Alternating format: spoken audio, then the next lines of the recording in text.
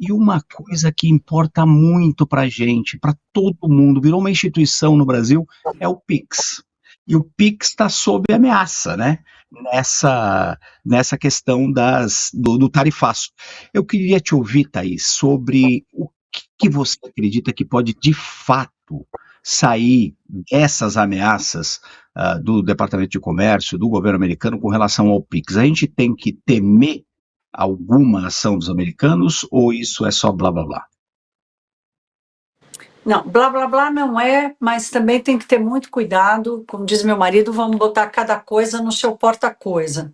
É óbvio que ao incluir o Pix na investigação 301, o Trump ele faz uma reclamação concorrencial, que isso é outra coisa que a gente descobriu, né? O Trump detesta concorrência.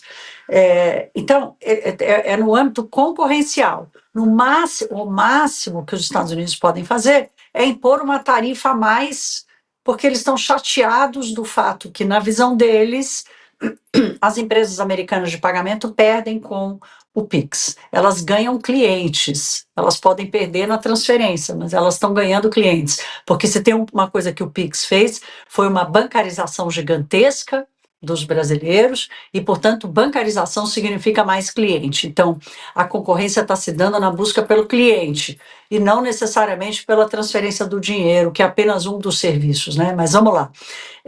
Então, é óbvio que a gente tem que olhar e levar em consideração e tal, mas o Pix é uma operação exclusiva feita dentro do ecossistema bancário do Brasil. Já tem alguns países que aceitam, a Argentina aceita, o Chile eu acho que aceita para uma ou outra coisa, Portugal também, mas são operações ali muito específicas, não é uma ferramenta que está dividida no mundo inteiro. E isso é uma questão de tempo, porque os outros países estão vendo que o Brasil foi a vanguarda da digitalização e da inovação dos meios de pagamento, e o Pix é o maior sucesso do mundo inteiro. Então, o Trump querer reclamar disso do ponto de vista concorrencial / comercial, dá a ele palco e dá a ele a oportunidade, se ele quiser, de impor uma tarifa no Brasil por causa do Pix.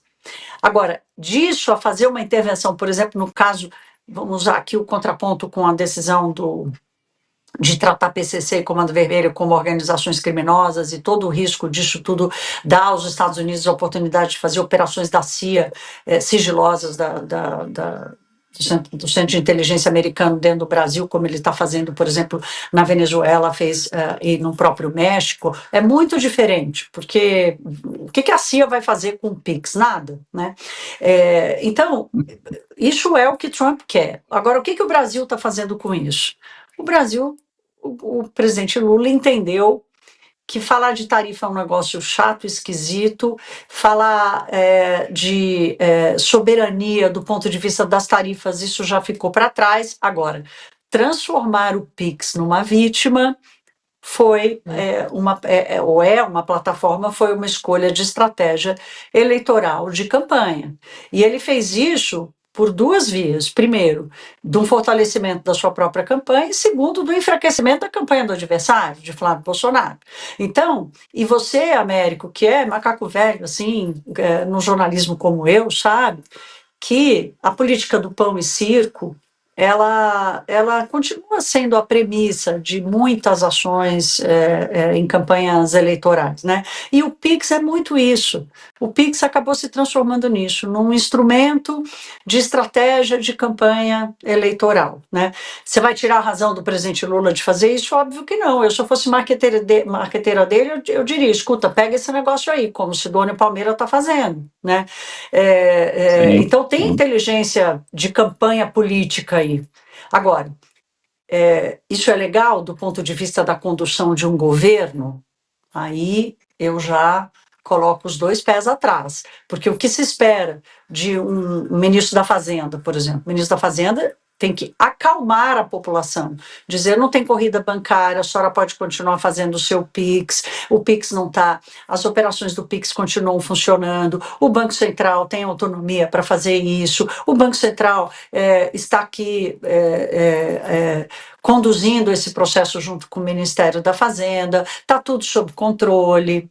Mas não é isso que a gente está vendo. A gente está vendo uma politização, inclusive, da condução da equipe econômica, uma politização que ainda não vimos acontecer, não vimos nem com Fernando Haddad. Então, adotar como estratégia de campanha política, ok, faz parte do jogo. Agora, adotar como posicionamento de equipe econômica, de governo, de uma política pública que precisa passar tranquilidade para a população e não receio ou medo de que aquele instrumento pode virar ou pode acabar, ou pode até transformar aquilo numa ferramenta contra a própria pessoa, acabar com a sua conta, tomar dinheiro da sua conta, quer dizer, todo tipo de especulação já foi para a praça. Então, ok, entender que isso é uma ferramenta eleitoral, mas nada ok transformar isso num elemento que gera insegurança sobre uma política pública do Brasil, que é atingível apenas do ponto de vista concorrencial, não legal, não operacional, e isso gera essa percepção de ameaça ao PIX.